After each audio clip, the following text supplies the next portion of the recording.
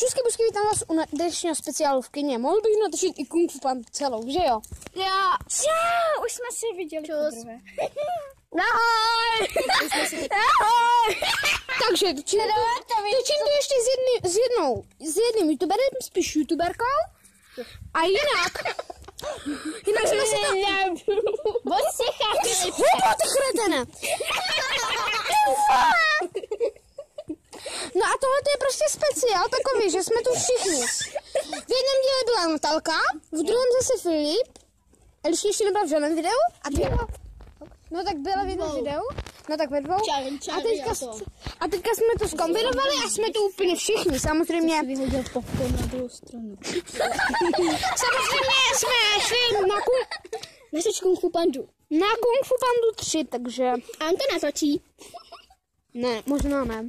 Jestli budete hodní, tak to natočím. A nebo... Jak tě můžu vidět, jak můžeš vidět, že můžeš být hodný. A je takové, já budu hodnej, Tak jo, ukážu vám.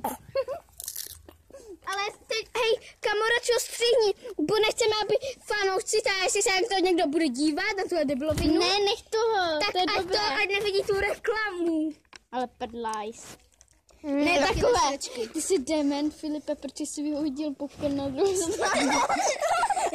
Ty jsi na to díval. Kámo, ty si točíš? Jo.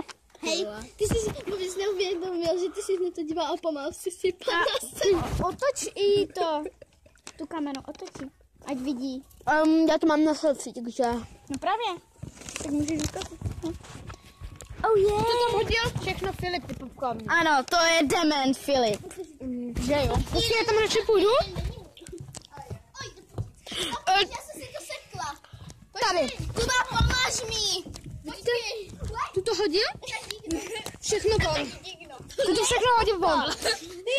Popcorn. Hej, dejte. Náš popcorn. Vy se máte zvlášť. Fakt?